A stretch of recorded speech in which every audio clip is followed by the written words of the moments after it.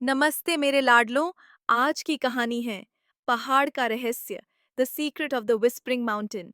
यह कहानी है संजीवनी नाम के एक गांव की और एक नन्ही बच्ची मीरा की।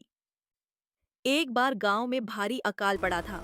धरती ऐसी फटी जैसे किसी ने उसे चाकू से काट दिया हो।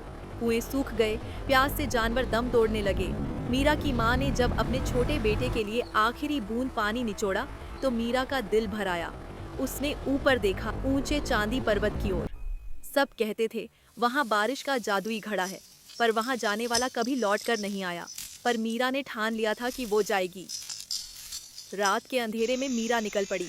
रास्ते में उसे परछाइयों का जंगल मिला। पेड़ ऐसे हिल रहे थे जैसे उसे पकड़ लेंगे। तभी उसे एक कराहने की आवाज सुनाई दी। एक बूढ़ा कुत्ता भारी पत्थर के नीचे दबा था। मीरा के पास सिर्फ एक छोटी बोतल पानी था। उसने सोचा, अगर ये पानी इसे पिला दिया तो मैं कैसे बचूंगी। पर मीरा का दिल सोने का था। उसने पत्थर हटाया और उसे पानी पिलाया। और जानते हो क्या हुआ? वो कुत्ता एक चमकता हुआ पवन देव बन गया। उसने मीरा को एक जादुई चांदी का पंख दिया, जो हवा में तैरकर उससे रास्ता दिखाने लगा। पहाड़ की चढ़ाई बहुत कठिन थी। रास्ते में एक कांच का पुल आया, जिसके नीचे हजारों फीट गहरी खाई थी।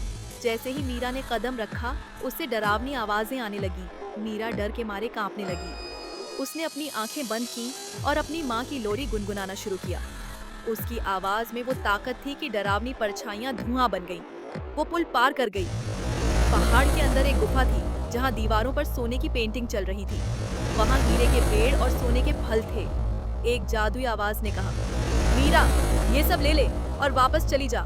तू अमीर हो जाएगी। पर मीरा ने मुड़कर भी नहीं देखा। उसे सोना नहीं, अपनी माँ की आंखों के आंसू याद थे।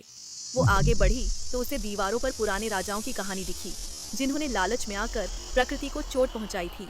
मीरा को समझ आया कि पहाड़ सिर्फ पानी नहीं, बल्कि प्यार और सम्मान मांगता है। सबसे ऊंची चोटी पर एक विशाल पत्थर का राक्षस खड़ा था। उसकी आवाज बादलों के गरजने जैसी थी। यहाँ से पानी ले जाने के लिए तुम्हें अपनी सबसे कीमती चीज देनी होगी। मीरा ने अपना सोने का हार निकाला, पर राक्षस ने मना कर दिया। मीरा समझ गई, उसे अपना डर देना होगा।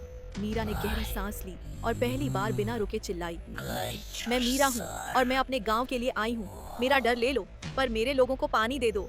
जैसे ही मीरा बोली, वो पत्थर का राक्षस हजारों गुलाब की पंखुड़ियों में बदल गया।